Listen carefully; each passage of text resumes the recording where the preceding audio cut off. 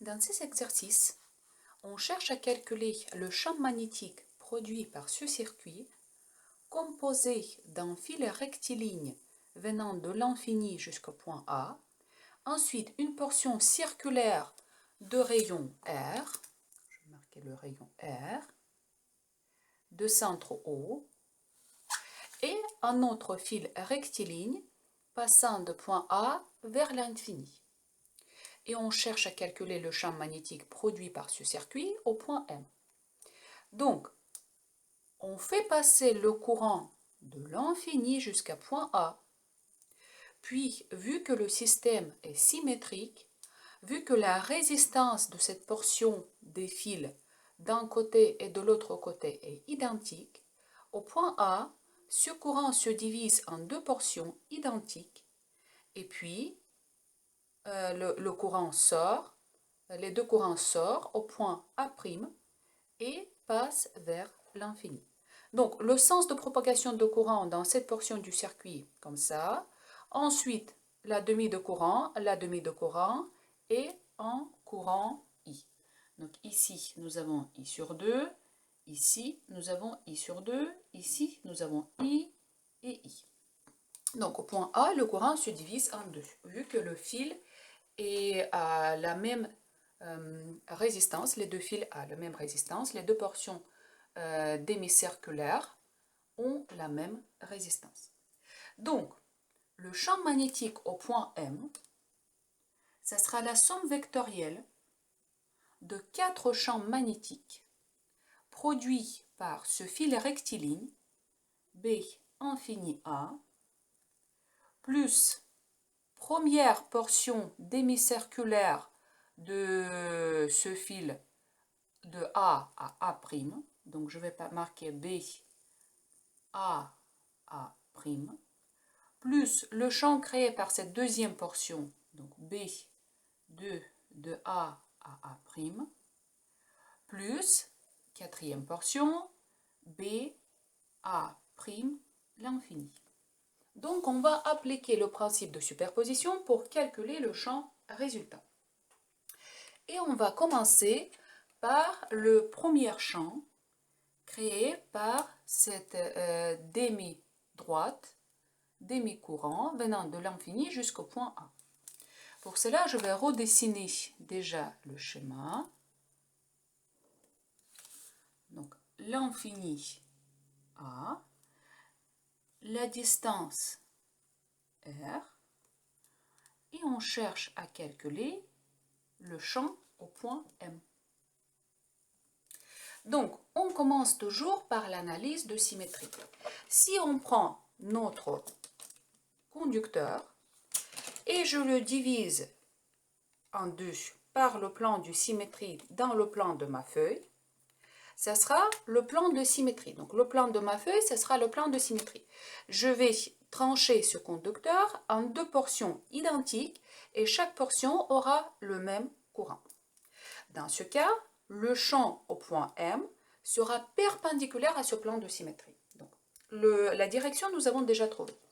Maintenant, pour retrouver le sens au point M, il faut que j'applique la règle de main droite. Donc, je positionne ma pouce vers le sens et la direction de la propagation du courant. Et dans ce cas, le champ au point M sera sortant. Donc, B, l'infini A. Je vais introduire une repère. Donc, je vais introduire par exemple ici certains U perpendiculaires sortant. Donc, B au point M aura le sens et la direction U perpendiculaire. Et ensuite, donc, il me reste à calculer l'intensité de ce champ créé au point M. Tout de suite, par les considérations de la symétrie du problème, donc je sais que le champ au point symétrique par rapport à ce fil, donc au point, je vais marquer ici M', vu que ce point se retrouve également dans le plan de symétrie, sera perpendiculaire à ma feuille. Et si maintenant j'applique la règle de main droite, au point M', le champ sera entrant. Donc, au point M'. Dans ce cas, le champ aura le sens et la direction moins U perpendiculaire. Donc, c'est mieux, de point de vue de physique, à introduire quelque chose unique. Donc, peut-être à la place de U perpendiculaire, je vais introduire certains Uθ local dans le système de coordonnées cylindriques qui va changer le sens et la direction, voilà, en fonction de la position. Donc, un M, c'est sortant, et un U', c'est entrant. Comme ça, j'aurai une formule unique. Donc, Uθ sortant au point M, et dans ce cas, Uθ est entrant au point M'. Bien. Maintenant, je vais calculer l'intensité de ce champ et pour cela, je vais utiliser le résultat, l'expression du champ que nous avons trouvé dans une des vidéos précédentes pour une portion de fil rectiligne, pour un segment rectiligne parcouru par le courant I. Donc, pour appliquer cette formule, donc, on va déjà prendre point M, on va présenter le projeté orthogonal sur ce fil infini A. Cette distance, donc ça sera certain Z. Et dans ce cas, le champ élémentaire créé par une portion ou le champ, je vais tout de suite appliquer la formule, le champ créé par ce demi-droite, donc par ce courant semi-infini, sera proportionnel à mu0, sera proportionnel au courant qui circule, inversement proportionnel 4π, la distance de donc la longueur de ce projeté, mh, donc ça sera notre g, fois donc sinus de θ2 moins sinus de θ1.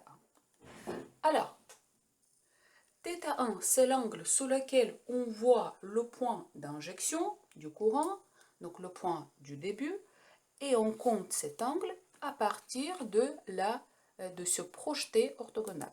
Donc, vu que ce fil est semi-infini, donc cet angle-là, ça sera moins π sur 2.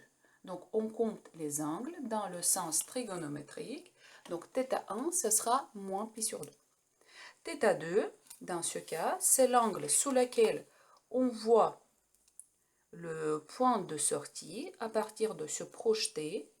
Donc, je vais marquer ici θ2. θ2, pareil, est négatif. Donc, je vais marquer moins certain θ. Et donc, vu que nous sommes dans le sens contre le sens trigonométrique, n'oubliez pas que je dois calculer ici la valeur absolue, la longueur, parce que j'ai déjà retrouvé le sens et la direction en appliquant cette convention, la règle de la main droite. Donc, l'intensité, dans ce cas, ça sera mu0 I sur 4π Z. Sinus θ2 négatif, donc j'aurai moins sinus θ, donc certains angles que je considère positifs, moins, donc sinus de moins π sur 2, donc moins 1. Valeur absolue, donc ça sera mu0 I sur 4π Z. Donc ici, j'aurai 1 moins, donc positif, sinus θ. Donc, je peux ici omettre la valeur absolue, car sinus θ de toute façon est inférieur à 1, donc 1 est supérieur à sinus θ, donc 1 sur moins sinus θ est positif. Donc, maintenant, sinus θ égale, donc ça sera R divisé par l'hypoténuse, donc racine de R au carré plus Z au carré. Donc nous avons trouvé l'amplitude de ce champ magnétique BAB qui égale mu 0 I divisé par 4π Z 1 moins R sur racine de r au carré plus z au carré. Bien. 2, on va prendre maintenant le segment A' infini, donc le courant qui sort du point A' et part vers l'infini. Donc si on ne regarde que ce segment-là, le courant est injecté au point A' et ensuite parti à l'infini. Donc la même chose, je vais refaire le schéma. Donc nous avons A' l'infini, donc le point M. Ici, la distance par rapport au centre vaut R. Et comme d'habitude, l'analyse de symétrie et l'analyse de l'invariance. On prend ce fil, on le coupe en deux. Donc le plan de ma feuille qui contient le point M, c'est le plan de symétrie. Ceci dit que le champ B sera perpendiculaire à ce plan de symétrie. Maintenant, en appliquant la règle de la main droite, on voit bien que le champ au point M sera sortant, comme pour le cas précédent. Et si je prends le point symétrique par rapport à ce fil en bas, le champ sera entrant. Donc, je vais introduire le repère, comme tout à l'heure, Uθ, donc le champ qui est entrant en haut et sortant en bas. Ensuite, donc pour appliquer la formule, il faut qu'on présente le projeté orthogonal du point M sur ce fil. Et on va présenter l'angle sur lequel on voit le point d'injection A'. Cette fois-ci, θ1 est positif. Et ensuite, l'angle sur lequel on voit le point de sortie donc, de ce courant. Donc, ça sera plus pi sur 2. Donc, θ2 égale plus pi sur 2. Maintenant, on va appliquer la formule. L'intensité du champ produit par ce segment A' l'infini, proportionnel à mu0, proportionnel à i, inversement proportionnel à 4pi, fois la longueur de ce projeté MO, qui est égale à Z, dans notre repère. Donc, dans notre repère, MO égale à Z. Ensuite, sinus θ2 moins sinus θ1. Donc, θ2 égale à pi sur 2, donc égale à 1. θ1 donc, est positif, d'où mu0 i sur 4pi z, 1 moins sinus θ1.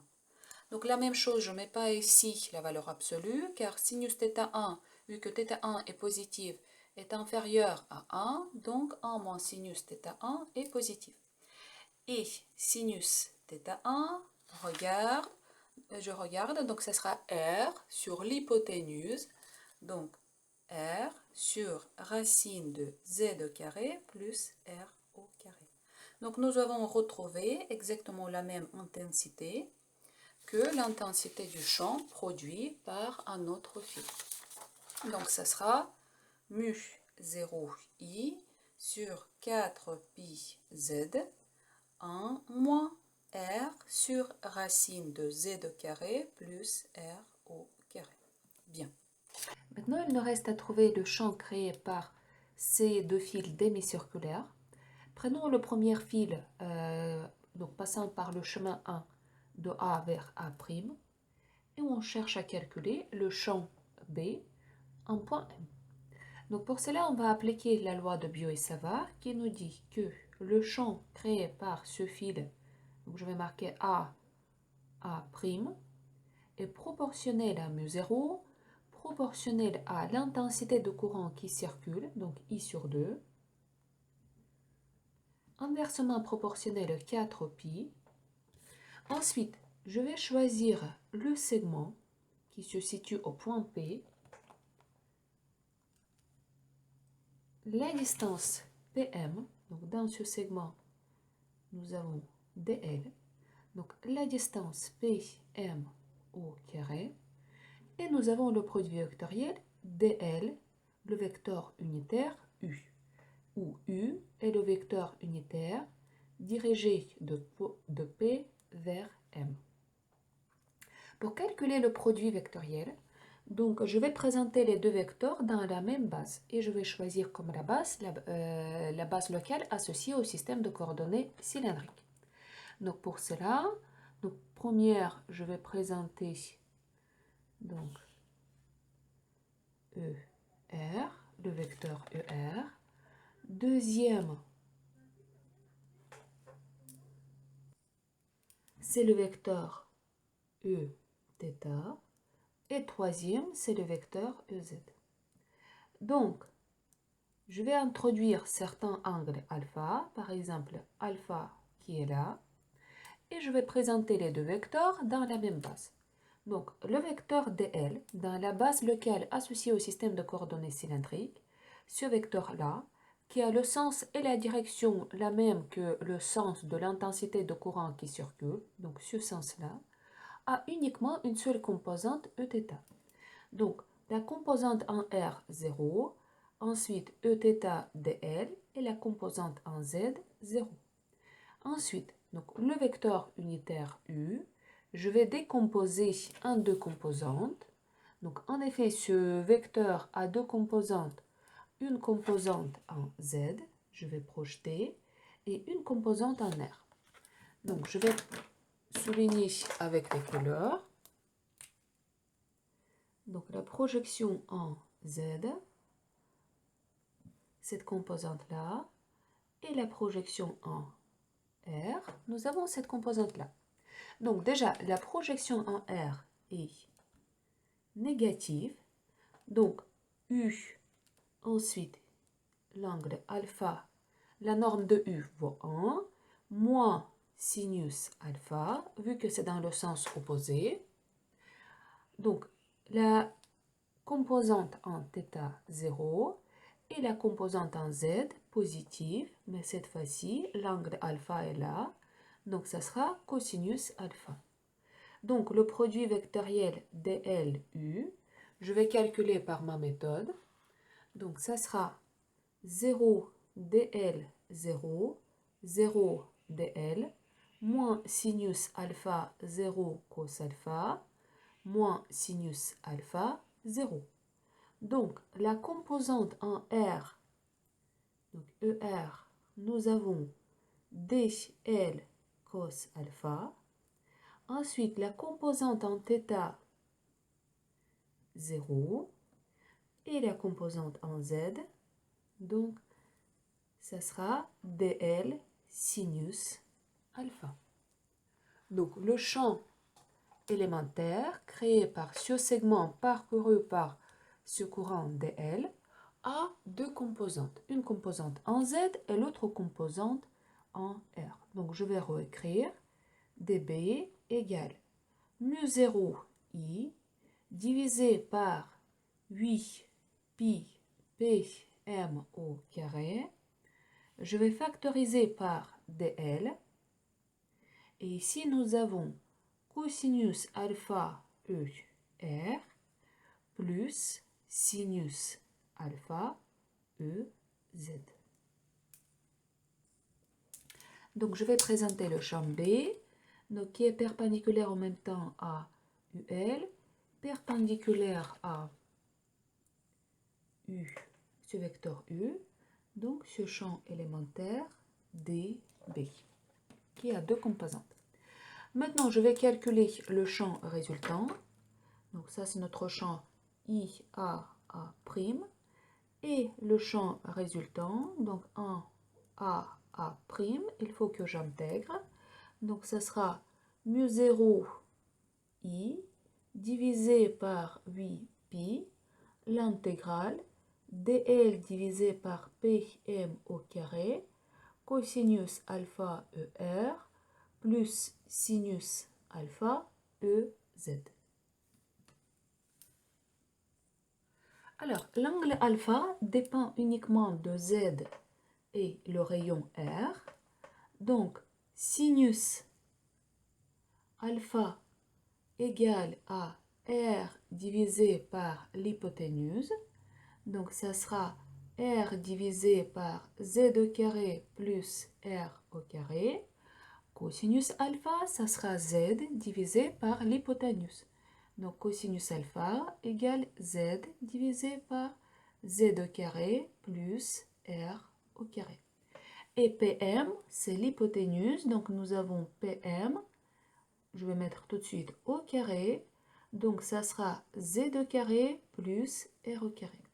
Donc je vais réécrire le champ A' égale, donc mu0 i divisé par 8 pi. Je vais faire sortir Pm au carré car Pm au carré c'est une constante. Pareil, cosinus et sinus ce sont les constantes. Donc je vais factoriser tout par racine de z au carré plus r au carré, z au carré plus r au carré. Donc z au carré plus r au carré, puissance 3 demi. Donc et ici, j'ai cosinus alpha, donc z e r dl plus r e z dl. Ou je peux même réécrire que ça sera mu0 i divisé par 8 pi z au carré plus r au carré puissance 3 demi. Donc ici, z e r plus r e z, l'intégrale dl. Et quand je vais calculer l'intégrale dl, je dois obtenir un demi de ce cercle, donc un demi de circonférence de ce cercle, et ça sera pi r. Donc, je vais réécrire mu0 i sur fois pi r, donc pi r, 8 pi z au carré plus r au carré, puissance 3 demi, z e r plus r e z. Donc nous avons pi qui se simplifie et nous avons retrouvé ce champ magnétique produit par le segment de courant parcouru, ce segment demi-circulaire parcouru par le courant I sur 2. Donc ça sera mu0 I R Z E R plus R E Z divisé par 8 Z au carré plus R au carré puissance 3 demi.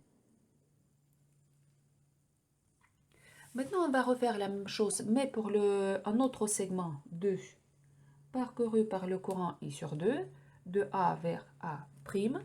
Donc pour cela, pareil, on va appliquer la loi de Biot et Savart. Donc dB pour ce segment 2 de A à A', proportionnel à mu0, proportionnel à l'intensité de courant, donc I sur 2, inversement proportionnel à 4pi. Donc on va choisir en segment donc DL ici, le point, je vais marquer P'. Donc cette distance-là vaut R. Nous avons un point M. Et dans la formule, il faut qu'on mette la distance P'(M) au carré. Ensuite, le produit vectoriel de dl vectoriel U. Donc le vecteur unitaire dirigé de P' vers le point M. Bien. Donc la même chose, on va introduire l'angle alpha. On va présenter nos vecteurs dans le système de coordonnées cylindriques base locale. Et pour rester cohérent avec nos calculs précédents, on va choisir le même système de coordonnées avec la même base.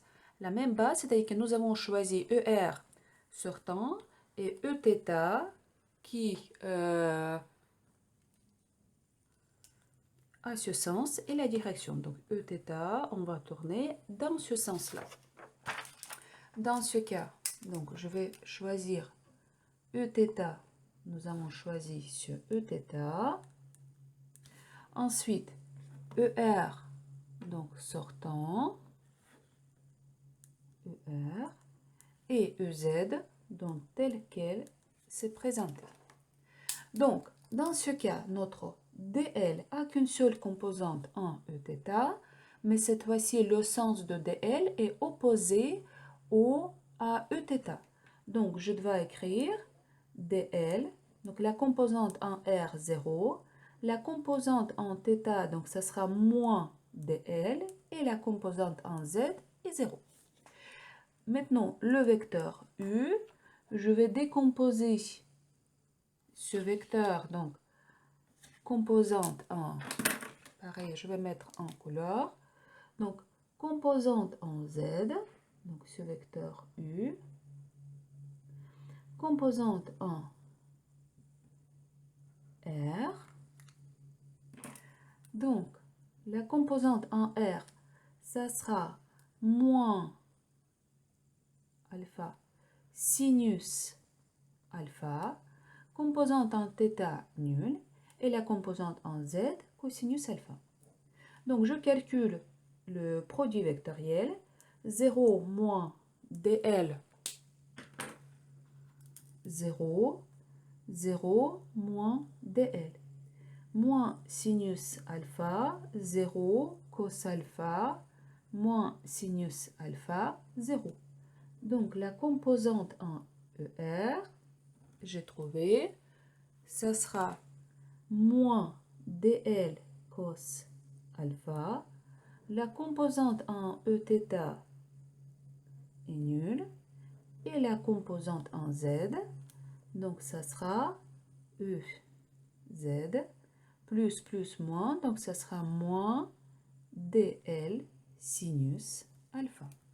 Donc je vais réécrire le champ d b2a a' égale mu0 i, je vais factoriser par moins dl au final, donc moins dl, divisé par 8 pi p'(m) au carré, et ici, ça sera ER cos alpha plus EZ sin alpha. Et comme nous pouvons le voir, cette expression est exactement la même que nous avons trouvée pour le premier segment, sauf nous avons le signe moins qui apparaît. Donc tout de suite, nous pouvons calculer le champ résultant, donc A', donc on intègre par rapport à DL, et on obtient exactement la même expression, sauf qu'on aura un signe moins. Donc ça sera moins mu0 i, R. Donc cosinus et sinus, pareil, on exprime en fonction de Z et R, exactement la même chose. Donc ça sera Z, E, R, plus R, E, Z, divisé par 8, Z au carré plus R au carré puissance 3 demi. Bien, donc, et comme on peut le voir, c'est que le champ résultant produit par ces deux demi-cercles en tout point de l'axe M, donc le champ résultant, je vais marquer un cercle, qui égale B1A' plus B2A' égale à 0. Donc nous avons ce champ-là plus ce champ-là égale à 0. Donc l'impact de l'existence de ces demi-cercles égale à 0. Et donc le champ résultant B, dans ce cas, ça sera 2 fois le champ, l'intensité du champ créé par une demi-droite, quand nous avons retrouvé exactement la même intensité pour un autre demi-droite. Donc le sens et la direction, comme ici, U perpendiculaire, donc U θ sortant. Donc je vais présenter ici U θ sortant. Donc U perpendiculaire. Ensuite, quand je vais multiplier par 2, donc 2 et 4 vont se simplifier et j'aurai 2 pi z en dénominateur. Donc, ça sera mu 0 i divisé par 2 pi z 1 moins r divisé par racine r au carré plus z au carré. Donc, nous avons retrouvé le champ créé par ce système de conducteurs en point M, donc en tout point sur l'axe Z. Donc, ce champ-là.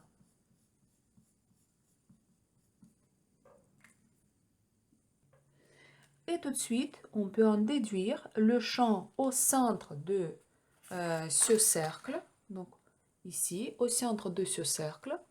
Donc, quand z égale à 0, donc on pose z égale à 0. Donc, pour cela, je vais réécrire cette expression. Donc, je vais le présenter comme r au carré plus z au carré divisé par r au carré puissance moins 1. Donc, ça sera racine de 1 plus z au carré divisé par r au carré moins 1. Donc, ça sera 1 plus z au carré divisé par r au carré puissance moins 1 demi. Donc, le champ B, ça sera U perpendiculaire mu 0 I divisé par 2 pi z. Et ici, donc 1 moins 1 plus z au carré r au carré puissance moins 1 demi. Alors, quand z est tout petit, donc supposons que z s'approche vers 0. Donc, le terme z sur r est tout petit. Dans ce cas, nous avons l'expression de type 1 plus epsilon, où epsilon est beaucoup plus inférieur par rapport à 1, donc epsilon puissance n, que nous pouvons approximer par 1 plus n epsilon.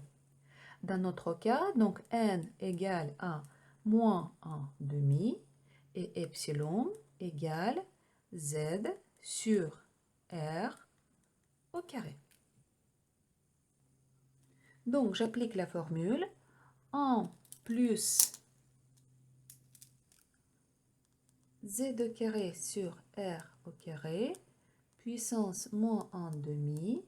Dans ce cas, donc, ça sera 1 moins 1 demi fois epsilon, donc z au carré sur r au carré. Et je reviens vers le champ résultant. Donc, ça sera U perpendiculaire mu 0 I divisé par 2 pi z, donc 1. Et à la place de ce terme-là, je vais mettre 1 moins 1 plus 1 demi z au carré divisé par r au carré. Donc 1 et 1 se simplifient et j'obtiens donc U perpendiculaire mu 0 I fois z au carré divisé par 4 pi z r au carré. Donc z et z se simplifient et j'obtiens l'expression du champ U perpendiculaire mu 0 i z divisé par 4 pi r. Donc le champ résultant quand z est petit. Et maintenant, quand z égale à 0, donc je réapplique cette formule et je trouve que le champ au point z égale à 0, donc je pose z égale à 0, égale à 0. Donc, nous avons retrouvé le champ produit par ce système en tout point de l'axe z, l'axe de symétrie de ce cercle. Ensuite, pour les z qui sont relativement faibles, c'est-à-dire qu'à proximité de ce cercle, et pour le point z égale à 0.